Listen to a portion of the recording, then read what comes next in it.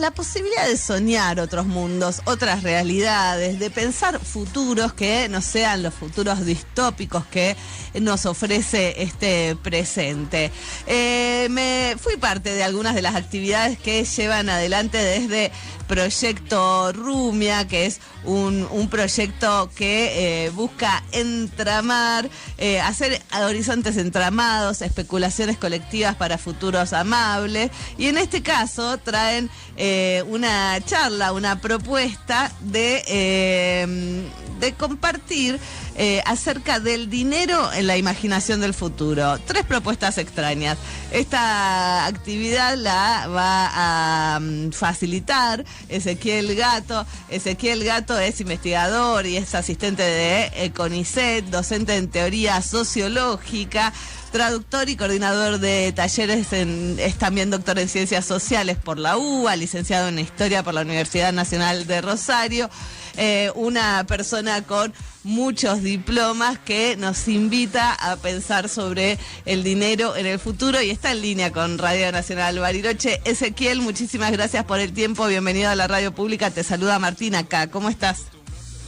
Hola Martina, ¿cómo estás? ¿Qué tal? Gracias.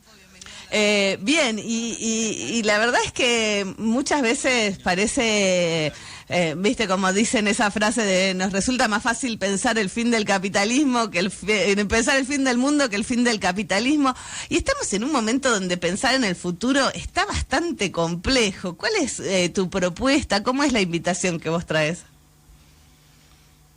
Bueno, primero y principal, aceptar que pensar en el futuro está bastante complejo, pero tomarlo también como un desafío y no como un punto final o de clausura. Y creo que esa complejidad tiene que ver con distintas cuestiones. Algunas son más globales y generales y parecen fuerzas muy poderosas, pero también hay dimensiones o prácticas o lógicas que plantean otras cosas, que buscan otras cosas, y un poco mi trabajo de investigación tiene que ver, bueno, con investigar las dos cosas en realidad, porque también trabajo sobre esos imaginarios más catastrofistas o colapsológicos, pero también me interesa mucho ver cómo en esta situación nosotros, los seres humanos, vamos también produciendo formas de lazo social, de anticipación de lo que queremos, de construcción de eso que queremos, que no tiene que ver con esta idea de que no se puede hacer nada, o la situación está saldada o resuelta y solo queda esperar un inevitable final. Entonces, un poco asumiendo la complejidad de la situación, pero también asumiendo que una situación compleja puede ser una situación socialmente creativa. Claro. Y ver cómo intensificar esas posibilidades. Está buenísimo. Y me pareció interesante pensar en el futuro, pero también pensar en el dinero, ¿no? ¿Qué puede suceder? Hemos visto cambios, ¿no? Digo, hoy en día cada vez usamos por ahí menos efectivo, menos el papel, usamos nuestras cuentas virtuales y va cambiando la dimensión del dinero en estos entramados sociales que se van constituyendo en presente, pero que por ahí son un futuro cercano. ¿Cómo es las 3 distintas imaginaciones que traes con respecto al dinero en particular? Bien, bueno, primero resalto lo que decís del cambio en el dinero, y porque uno a veces lo da como si fuese una entidad estable, totalmente como si lo conociéramos. Hacemos como si lo conocemos. Y cuando uno explora un poco más, vos me mencionabas, entre todos esos insoportables diplomas, mencionaba lo de historiador, y cuando uno puede hacer la historia del dinero, que está un poco más larga, de los últimos 200 años, te diría, 250, ve muchísimas variaciones, no solo en la cuestión quizá más inmediata para los usuarios directos, que es la materialidad, ¿no? Sí. Como en un momento fue el papel, en otro momento fueron las monedas, que a veces convivieron. Ahora estamos en una fase de digitalización del dinero, no de desmaterialización, porque en realidad las tecnologías digitales son tecnologías materiales que necesitan un montón de minerales, electricidad, por mencionar las cosas más obvias, y consumen un montón de energía. Pero estamos viendo como un cambio fuerte, incluso uno lo puede ver ahora mismo en el contexto terrible de los incendios, sí. El lugar que fue asumiendo la donación a través del alias, que tiene que ver con cambios en las tecnologías del dinero que facilitan el movimiento de dinero, que uno lo puede hacer, ya no hace falta ni siquiera ir al cajero para hacer una transferencia. Si uno lo ve en el largo plazo, ve muchas variaciones y ve también muchas inestabilidades, ve muchos dineros conviviendo en cierto momento de la historia. Nosotros estamos acostumbrados, justo nos tocó nacer en los 60 años, 70 años, sí. En que las monedas soberanas parecen ser las únicas, ¿no? Como bueno, el peso, el dólar, etcétera. Pero en realidad, a lo largo de la historia, las situaciones de pluralidad monetaria han sido muchísimas.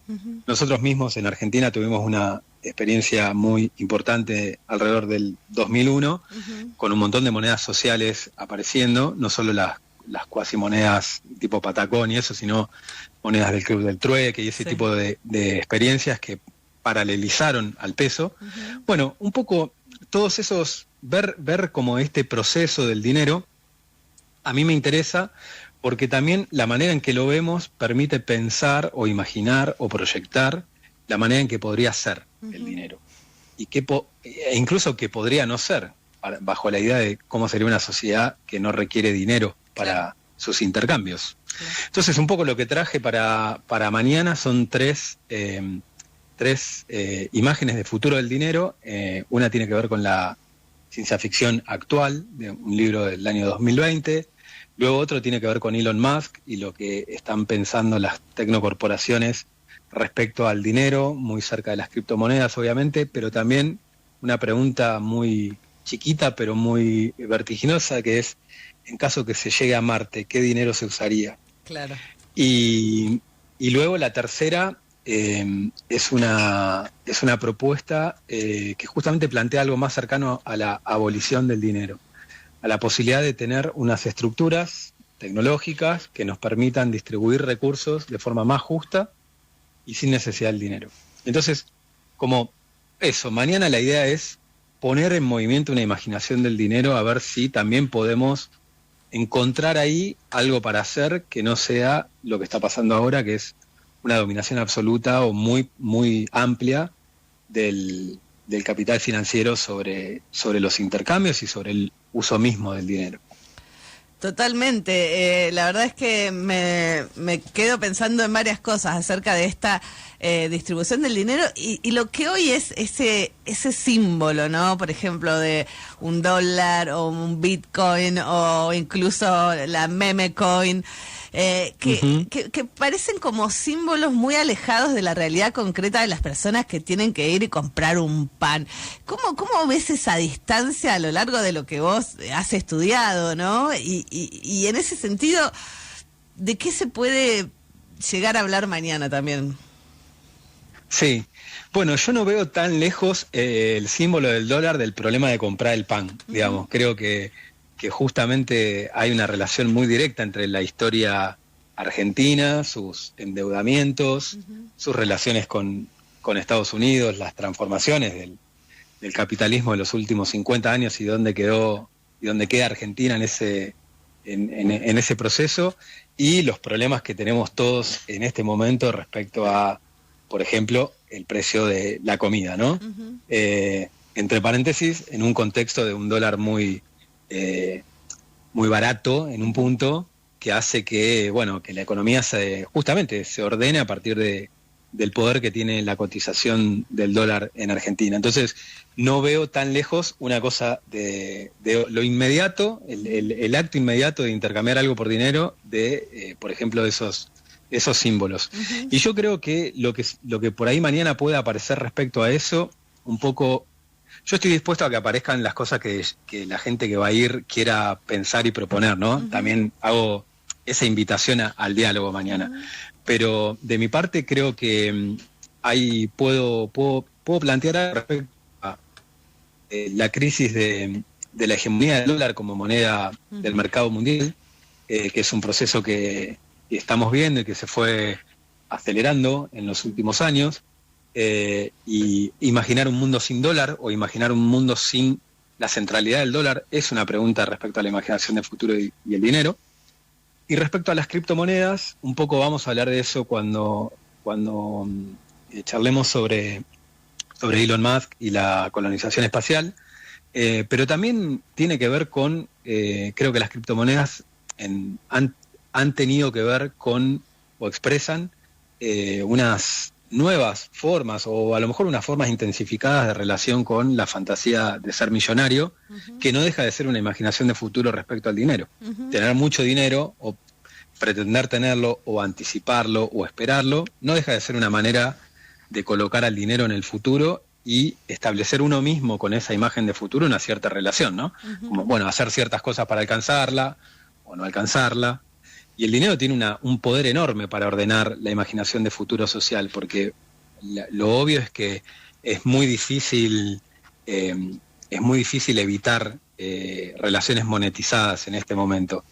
Pero bueno, parte del desafío, creo yo, y la sensación de asfixia que sentimos socialmente tiene que ver con esa omnipresencia del dinero y la forma que tiene hoy y a lo que nos obliga también.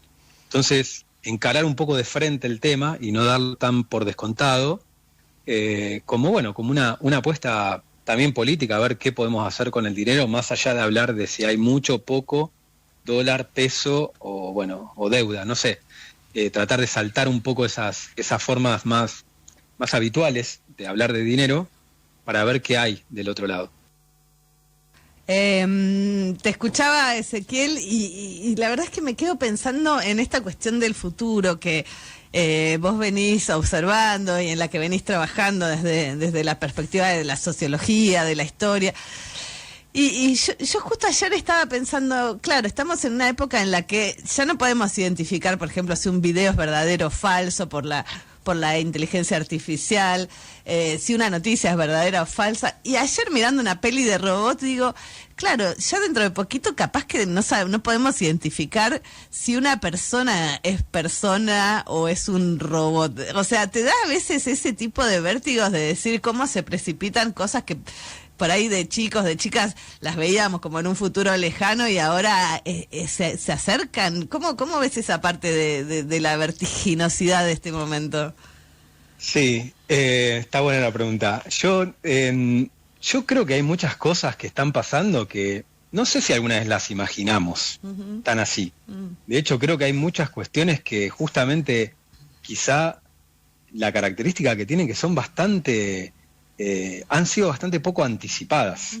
Y eso también las vuelve muy sorpresivas y vertiginosas. Claro. Eso diría por un lado, digamos. No creo, yo no soy tan de la idea de que lo que nosotros estamos viviendo es lo que, por ejemplo, no sé, generaciones previas imaginaron sobre el futuro y ahora nuestro presente es el futuro de generaciones previas.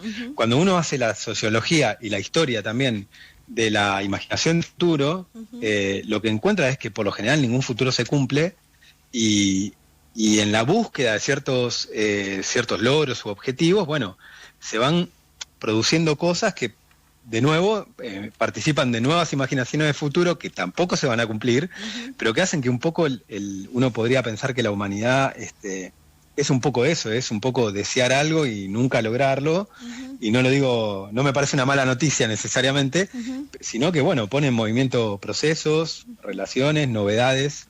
Entonces diría eso, yo no sé si alguien pudo imaginar, por ejemplo, no sé, el cambio climático tal como lo conocemos. Digo, hace mucho que se habla de estos temas, uno encuentra un poco dónde podría encontrar, no sé, la década del 70, pero socialmente hablando no ha sido un fenómeno de imaginación tan amplio, sino en los últimos años. Ni hablar Internet, que también es un fenómeno, de nuevo me pongo el gorro de historiador, pero es un fenómeno relativamente reciente, que tiene 30 años de uso masivo. Entonces yo no veo tanto esos pronósticos cumplidos, veo también mucha sorpresa.